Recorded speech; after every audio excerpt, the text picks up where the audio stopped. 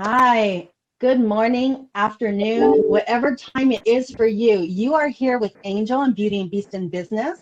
We are talking with Margaret Reese Milken, and I'm so excited to have her. So, what we're going to talk about today is how we as women can assist one another through recruiting and through executive networking, as well as advocating and just providing support. So nice to see you, Margaret. How are you? I am doing really well, Angel. I'm so excited to be with you here today. I love the name of your show, by the way. I think it's terrific. Thank you. I created that when I thought, so many of us were always trying to balance that inner strength as well as that inner, beauty and empowerment. And how do we do that? Well, beauty and beast in business. So that's kind of how that came about. Margaret, can you tell us a little bit about yourself and what you do? Yes, honored to do that, Angel. So I have spent the last 30 plus years doing executive search and staffing in the insurance industry. So I'm managing partner with the Jacobson Group. So what does that mean?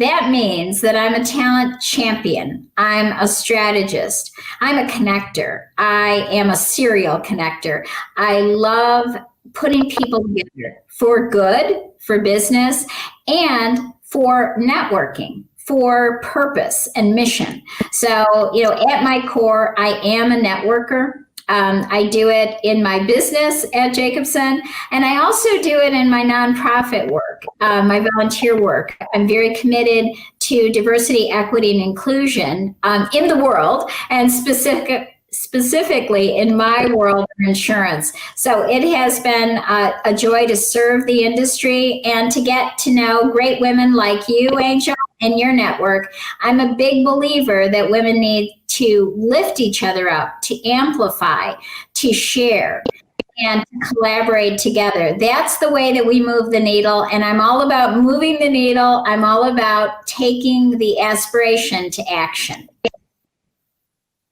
So I love the word champion because so many times we don't use that as women.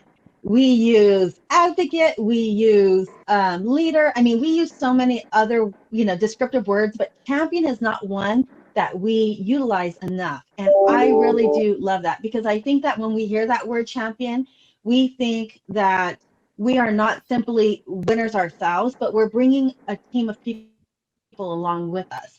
And, through recruiting, just like insurance, doesn't always have the best, let's say, thought process when people think, oh, you're a recruiter. It's kind of Yes. like you're an insurance, you're an attorney. Like people tend to shut down. Do you find that that's true? Yes, but I think it's changing. So what you're going to find out about me, Angel, is I am a positive person, but I'm also courageously positive. So when I first entered the world of recruiting, executive search, staffing over 30 years ago, people said, Margaret, you're too nice to be a headhunter. Why are you doing this? So I started my career with Allstate. I was a management trainee there. Always give kudos to Allstate as my first job. Jacobson is my second. So I've only worked for two organizations. So I will tell you that to this day, I think I still am very kind and gracious and an ambassador for what is good in recruiting. So a recruiter should be your best friend, should be such a strong part of your network because recruiters are truly connectors. We know the pulse of the industry or the discipline or the specialty that we're involved in. My world is insurance. So I want to be the trusted advisor to all of those leaders in insurance, being able to understand issues and trends. What's going to happen? People ask me all the time, Angel, what's in your crystal ball, Margaret? Or how busy are you, Margaret? Because you're an economic barometer. So I really think that we can continue to dispel that myth and really change the way, that people think about a recruiter, an executive search consultant, and really consider them, in many ways as a significant part of their personal circle of advisors. That would be my hope and dream. Yes, and you know what? I think that that is a wonderful way to describe it because, like myself, I always talk about when I work with people, they are not my service partners. I mean, they're not my service providers. They're not, I think of them as my partners. And, Yes. as a risk manager, I have a group, whether it's internal at the company I work for or external for the services that people are providing me, legal, doesn't matter. I do not use the word, services or hired help or any of those. I use the word partner, just like you use. And I think that Mhm. that is where the mentality really needs to change because those groups of people that you find that use the word partnership, teamwork, team building. Those are the partnerships that you want to be involved in because they make you feel good as well as successful and you succeed as a group, right? So, as a recruiter, I think that this is very important because what I have seen on my end as somebody who may have utilized one or maybe looking to utilize one, so many times what happens is I will get, say, a LinkedIn message from a recruiter, and it'll say, "Hey, we have something possible for you. If you're interested, connect." And then you connect, and they go, "Well, I don't think this fits you." And then they're gone. You never hear from them again. And this is something as a networker and connector Mhm. myself, in my organization, have had a lot of relationships with women who are in claims, management, whatever it may be. And they're telling me the same thing. They're looking for, unfortunately, right now, we've seen furloughs and layoffs due to the current climate. But they're contacting recruiters and they're like, I'm not getting any response, or they respond once and then nothing. And I'm feeling like this is not a partnership. I'm feeling like I'm being utilized or used for one underlying purpose. So, how do you and Jacobson actually overcome some of those obstacles? Yeah. And Angel, I'm so glad, that you're so candid because this is the feedback that me as a recruiter needs to hear and other recruiters that could be listening. The only way that we get better is to hear feedback, acknowledge it, and change. So the way that we do it at Jacobson, and we take a very personal approach, we're not transactional. When someone refers someone to me, I make sure that I make a personal outreach to that person. So, Angel, you've been kind enough to refer people to me. I will make an appointment. I will talk with them. I'm not sure what they're going to be all about. They're not sure who I am. What we're doing is we're building a trusted partnership. We're building a bond. We're building a connection. Maybe we spend 10 or 15 minutes together, but at least we have a touch point and there's a humanity to what we do. The work that I do, the work that Jacobson does, is not transactional. We care about people. And it may not be the right job for Mary today, or the right role, or the right time. But at least then we have a connection to Mary, and Mary might refer us to someone else. So it is about building trust, building bonds. We are not perfect, and no recruiter is perfect, myself included, but we strive, to do our best. It is an exciting time, I think, for insurance. Even though there are changes and even though we're living through this global pandemic, the world of insurance is very resilient. It's innovative. There is a demand for talent. There's a demand for diversity, equity, and inclusion in what we do. So it's a great place to be right now. So I'm trying to pull everybody I know into insurance to think about how they can make an impact and a lift in this very important talent role. Do you find that over the years, because you did say 30 years that you I have did. been, I did. so you were two when you started. That's right. I said 30 plus. We'll just leave it at the plus. But it's, what, you can't do anything you don't love for 30 plus years, Angel. And I really consider this my avocation. It's not a career. It's certainly not a job. It's not a career. It's an avocation. It's what I love. It's what I love to do.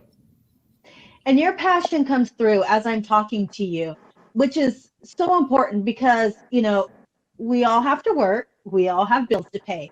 And like you said, there's a difference between having a job or a career or something that you love and you feel strongly about. And that comes through when we talk to people and when we work with people.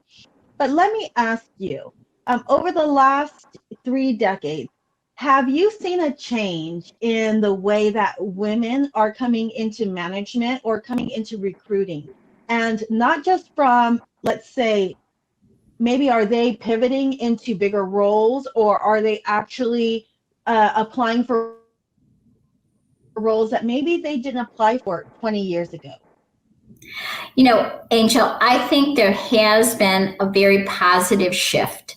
If I go back to the beginning of my career, to now, have we made strides? Absolutely. And I'll say that that's the positive side.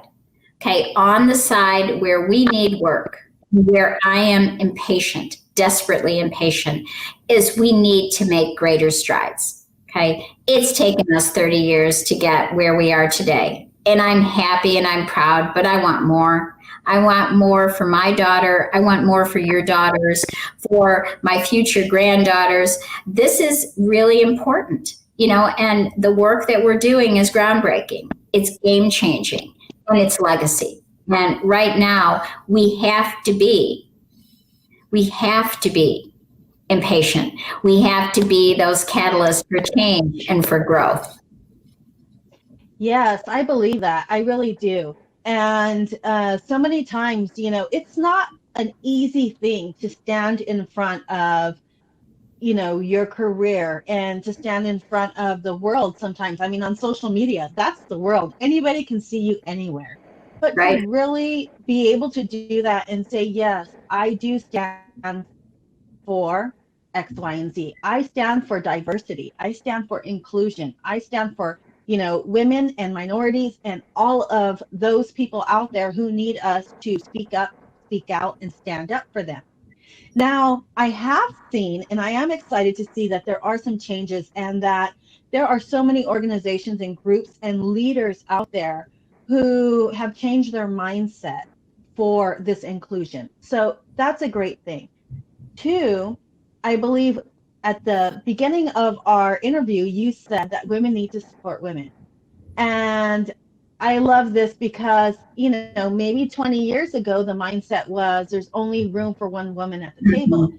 And Right. I mean, California just passed a law last year that there has to be a minimum of one woman on a board of directors. Well, if you have a board that has 15 people, one woman with 14, men, that is still, we're still behind the times. But the fact that they passed that shows us that we're starting to improve strides, right?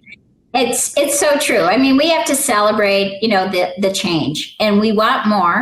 But let's take a moment and celebrate the change. And you're absolutely right, Angel. 20 years ago, we had what we call the queen bee, that she could be the only one in the room. Today, we want one, two, three, 10 women in the room, and we want to amplify each other. We want to lift each other up to have a chorus of voices, not just one voice, but a chorus of voices.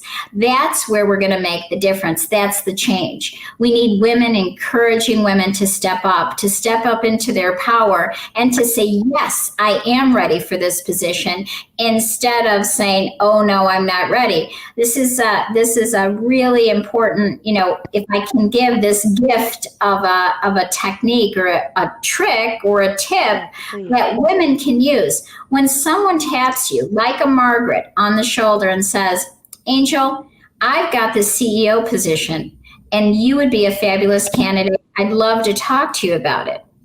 So one side of Angel's head might be saying, wow, I'm really flattered. I'm excited about this. Maybe I can be a CEO. And then there's the other voice in your head that's saying, oh, I'm not ready for that. I'm not good enough. I can't do it. I'm going to refer Joe because Joe can do it. So you have to listen to that voice in your head, that voice that is inspiring you and confident. And instead of saying, no, I'm not ready, no, I can't, say, yes, you can, because I'm going to guarantee you that when I call Joe, Joe is going to be saying, yes, I can. And this is where we have to just push. We have to push ourselves, and women have to lift and support other women so they feel confident to step into that proverbial power and give it a try. I talk about that a lot. So last year, well, I'd say 2018, 2019, I had about 11 events throughout Southern and Northern California. And a lot of that really began the basis of how do we speak into our own power?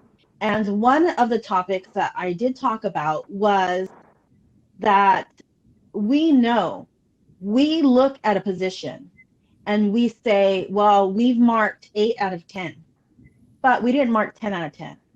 So we're not going to take that chance.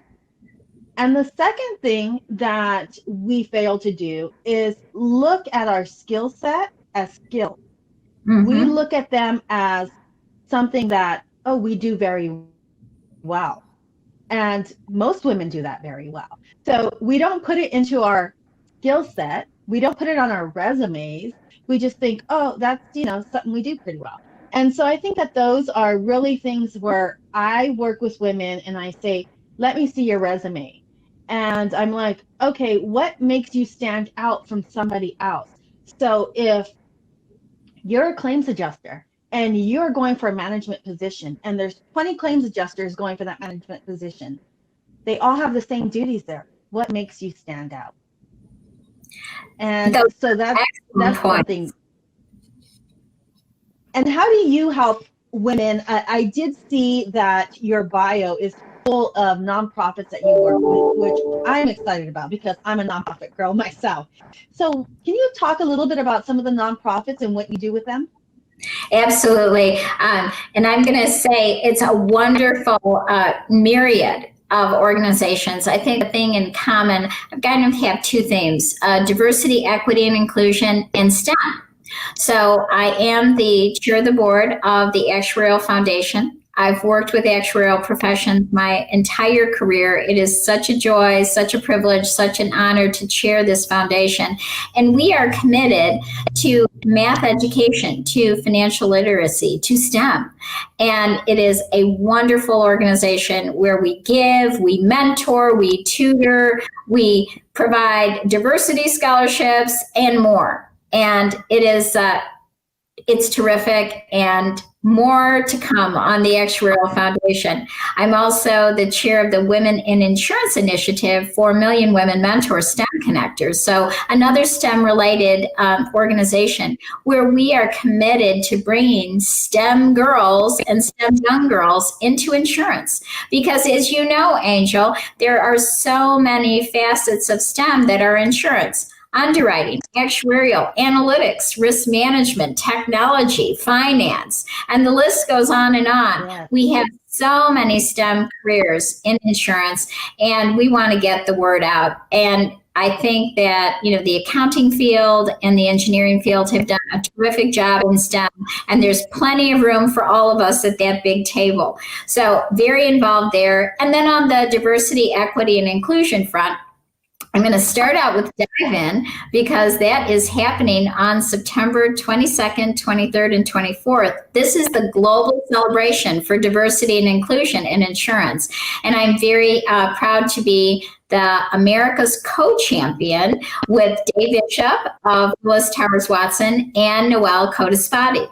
So we are bringing events to the world, and our focus is the Americas, US, Canada, Bermuda, Latin America, and our events are going to be fabulous. They're all virtual and they're all free. So Angel, I'll make sure that you get a link. Ticket.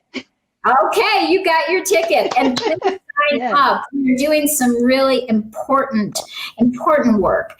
And we need everyone's help and support. We are focused. There's a big focus, as you would understand, and I understand, on systemic racism. justice, and equity. And what can we do? But we're also talking about neurodiversity, about disability in the workplace. We're talking about how we can lift, how we can change, how we can grow. So it will be 3 days of learning, 3 days of energy.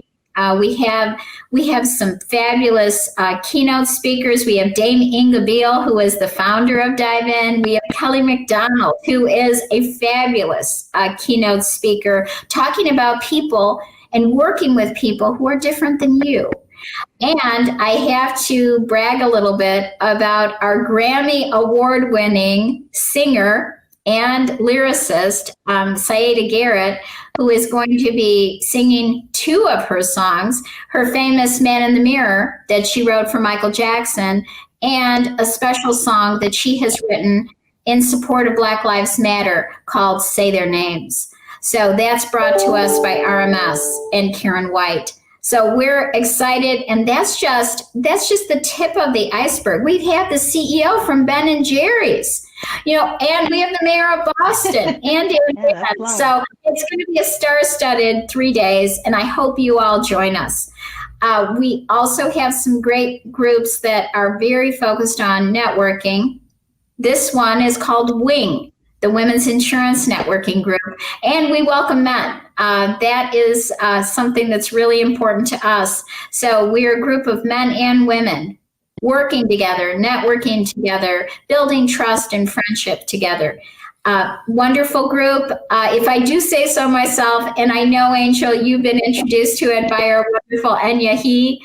We also have the Insurance Supper Club, which is for senior females and directors on boards coming together on a global basis to learn and to listen. Relationships, business, friendship, partnership, energy, lift. These are just a few of the groups. We also have just launched the Executive Sisterhood, which is an organization that has been founded by my trusted friend and colleague, Elaine Caprio, out of Boston. And this is really a true mentoring group where women one-on-one are going to be doing mentoring with each other and for each other for good.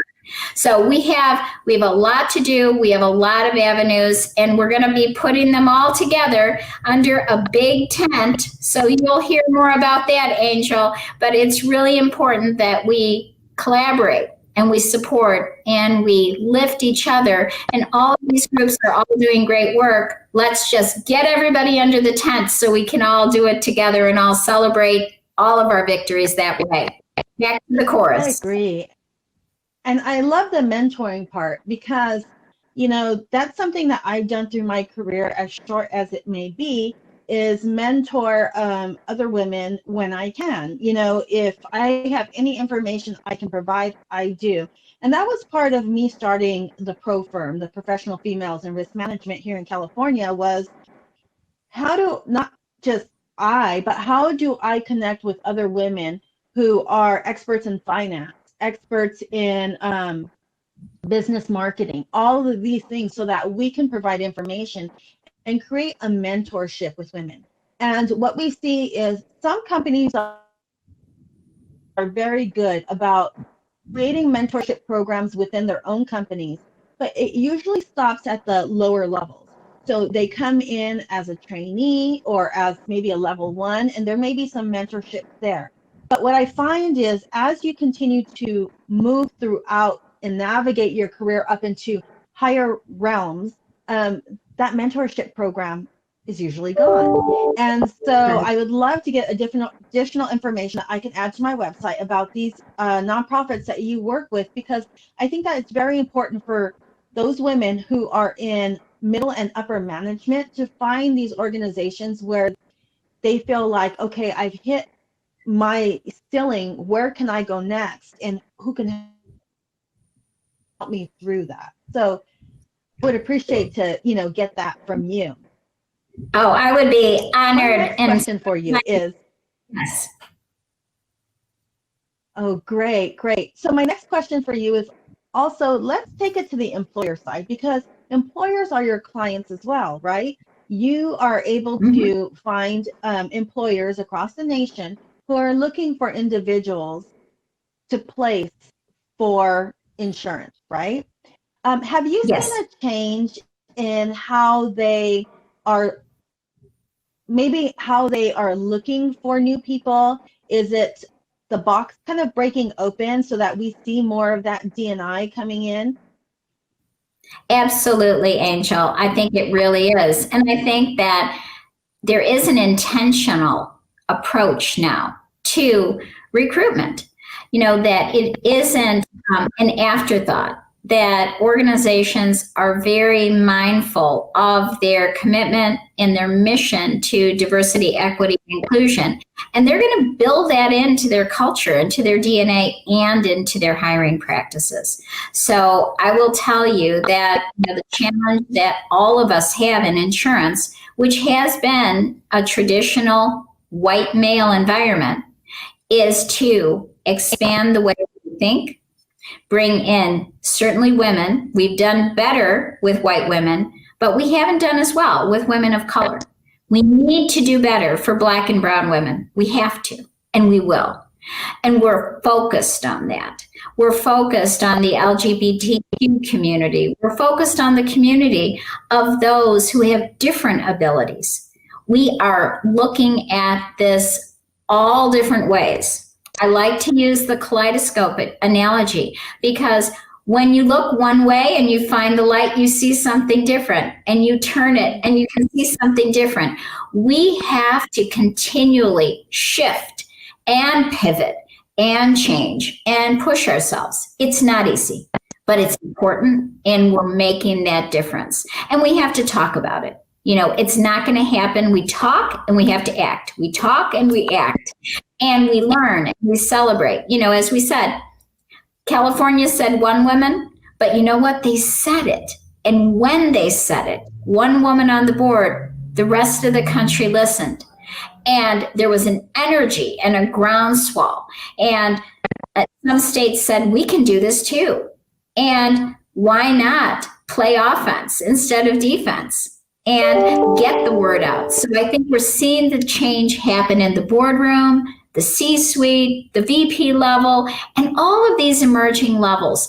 We have to be mindful. Succession starts at the entry level.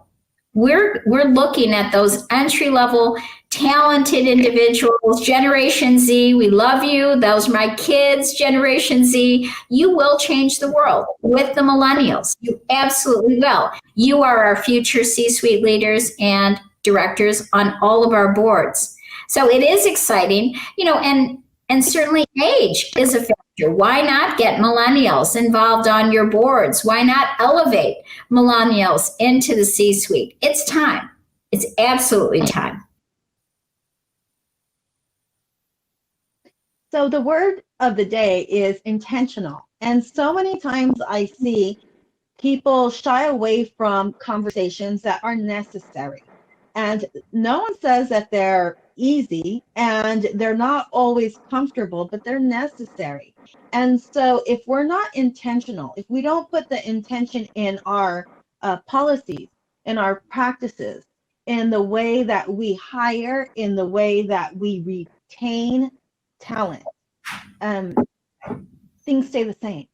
And Yes. so I think that that's what we're seeing is that shift of intention from people and from companies, and recognizing that, okay, if everybody looks the same, comes from the same place, and has the same thought process, we're always going to get the same result. And so companies are starting to bring in D&I, and they're starting to recognize, but through intention, that if I have 10 people in a room that come from different places, that look different, have different abilities and skill sets, they complement one another so that we have a well-rounded team. And that gives us a successful team and a successful company. Yes. Yeah, I'm just Yes. really excited about that. Well, I am too. And it reminded me, Angel, of the silver linings of COVID-19, where you think about all of us working remotely, being on these screens. Again, geography sometimes it's a factor. Maybe somebody can't move, but they're the right person for the role. Why not give them that chance? Because everybody's working remotely. So I think we are reimagining, and there are many, many opportunities here. And I think if we go back and we say, yes, you know what, this is a brave new world that we're in, but let's make the most of it. Let's be intentional. Let's measure and let's be actionable. I am seeing more and more of that, and it's true. And we're seeing it happen, we're watching it happen, and we are getting results. We just need to do more. So I say more and more and more. Do you work with companies that, so many times we see companies hire and there's an outline. Of course, they want an outline of an open position because we need to know what it is and what they're looking for. But so many times companies would actually remove amazing candidates because they didn't meet that 6 years that they wanted in a specific, let's say, risk management. Um, and yet we have other companies that are actually not just taking a look at the experience a person has, but their potential that they bring with them. So do you Mhm. work with companies like that who actually take a look and say, okay, maybe they didn't meet 6 years of risk management, but this is somebody who has, upper level education, which means they have the ability to learn anything we have to teach them. Absolutely, I do. And those companies are forward looking. They're not just limiting themselves to a number, on a page. They're looking opportunistically at future. They're committed to building their talent pipeline, and they're stretching themselves. They're reimagining. Those are the companies that will win. Those are the companies that will win every time. When an organization is so narrow and they just make their universe of talent this narrow, this thin, they're not going to win. The broader you are, the better you are. I say keep the funnel open. You can always narrow, but if you don't take a look, see what you'll miss. And so there are so many great organizations that are taking advantage of potential and opportunity and transition.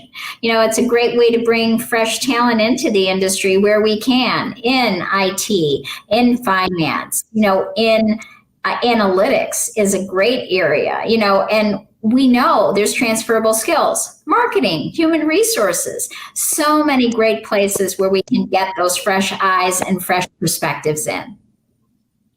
Yeah, right now we're seeing a lot of CEOs or C-suite people who unfortunately have not done the best. We're seeing social media kind of, burn them at the stake because things are said that shouldn't be said. And I think a lot of that has to do with, previously the thought process was let's stay very narrow and they have to have these expertise. And what they weren't recognizing is the necessary skill of people equity. And I think that that's such a big one for leadership because you can be able to recite information back and forth. But if your leaders don't recognize people equity, if they don't recognize how important it is to support, to sustain, to retain, to allow your team to continue to grow through education and empowerment and mentorship, I think that that's where so many companies have gone bad. And I do see that shift that I'm excited about.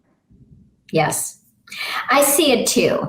I see so many leaders that are leading by example, that they are listening, they are acting, they are believing, in their teams. And it's not only heartwarming, it's time. It's time. So I am very, very encouraged. I'm very optimistic, Angel, that we are moving in the right direction. So I'd like to kind of pivot our conversation a little bit.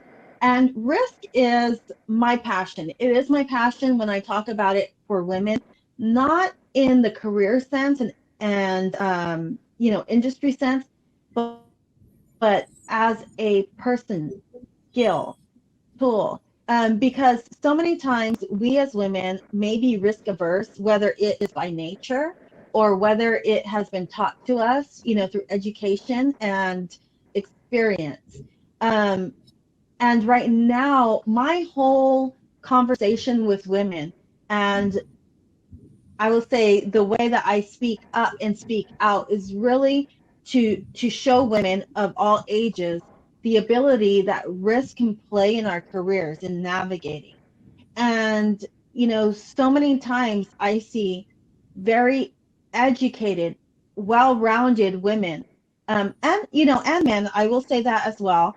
But really, when I focus in on women, who have not climbed that ladder or Mhm. have not gone as far as they could because of fear of risk. And so I always talk about it's okay to be fearful, but what tools can we use in order to overcome those barriers? Do you have some suggestions on your side, especially for people who want to apply for positions that they may not feel they have the opportunity to obtain? Yeah, absolutely. Angel, I think it's a great point, and it's one that really deserves attention because it's back to my word of the day, intentional. I think if we all know that we all have a fear of failure, a fear of risk, then what we want to do is work on it. We can work on it through a mentor. We can work on it through, I suggest to everybody that they should have not only a mentor, but a team of mentors. And mentoring really doesn't have to be formal, 1 hour a week. There can be micro mentors. I have micro mentors. If I have a particular issue, I may just call you, Angel, and say, Angel, I want to bounce this off of you. Or, Angel, can you help me get ready for this big meeting? I have those people in my life. I am one of those people for others. This is my personal board of advisors, the people that are my go to people who are going to say, you know what, Margaret, I think you're making a bad call. I think you need to step into your power, and I think you need to tweak your message, or I think you need to do this. But sometimes we do, and often we do need to hear it from other people. So you can have family mentors, you can have same sex mentors, you can have different gender mentors. Some of my best mentors have been men because they see things through a different lens than I do. One of my favorite pieces of advice, Angel, and I pass this along as many times as I can, is what I call the I and the we story. So I had a mentor that gave me some feedback that I didn't win a search because I never said the word I once. All I said was we. We. And I presented to an all male board. This wonderful CEO mentor took me aside a few weeks later and he said, you were the most qualified. You should have won that work, but you didn't. And here's why. And so I say to women, give yourself permission to say I. It's okay to say we. I say we all the time, but I have to give myself permission. It's okay to say I. I will do it for you. I will be accountable. Yes, we are a great. I needed to hear that. Good. Well, something told me I will be honest. If anything, yes. So that's going to be my goal that I'm going to take away today, because that's not a word that I utilize almost ever. And I guess because the way that I connect with other people is by being inclusive, right? So I say we are going to do this. We have accomplished this. We have, and sometimes I get in front, let's just say whether you're, in front of a supervisor or you're pitching something, and there is no we.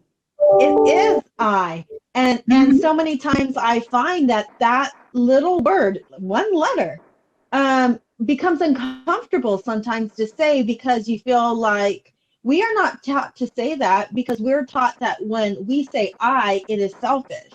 And Yes. when we say I, it means that we're trying to disconnect from people. If I say I may be looking down on the rest of the people that I'm talking to, and it's not true. But yet I've never Yes. given myself permission to say that. So that's my piece of gold today, Margaret.